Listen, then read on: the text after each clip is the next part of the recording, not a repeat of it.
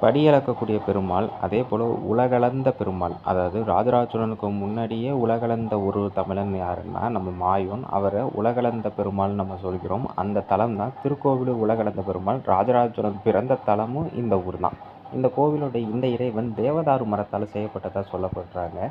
அதேபோல பஞ்ச கிருஷ்ண தலங்கள், அதாவது கிருஷ்ணன் சம்மந்தப்பட்ட மூலவ கடவுளாக சம்மந்தப்பட்ட கோவிலே இதுவும் ஒன்று. 3 உலகளந்த பெருமாள் கோவில் தான் இருக்குது. அதில் இதுவும் ஒன்று. அதேமாதிரி இந்த கோவிலில் நிறைய சிறப்புகள் உண்டு. மிக முக்கியமாக அந்த காலகட்டத்தில் வீரராஜேந்திர சோழன் காலத்தில் தான் இந்த கோவில் மாற்றப்படுது. அதாவது கற்றளியாக அதுவரை செங்கற்களாக தான் இருக்குது. விலாடுடையார் மற்றும் மலையமான் தான் இந்த பகுதிகளை ஆட்சி செய்து வந்தாங்க. அதில் வந்தவங்க தான் வானவன் மாதேவி, ராஜராஜ சோழனுடைய தாய். படத்தில் பார்க்குறது தான் அந்த கிருஷ்ணன். இந்த இதனால தான் பஞ்ச கிருஷ்ண தலங்கள்னு சொல்லப்படுது. மிக முக்கியமாக பொய்கை ஆழ்வார், பேயாழ்வார், பூதத்தாழ்வார் மூவரும் முக்தி அடைந்த தலமாக சொல்லப்படுது. திருமங்கை ஆழ்வார் இந்த கோவில் இறைவனை நோக்கி நிறைய பாடல் பாடுறார்.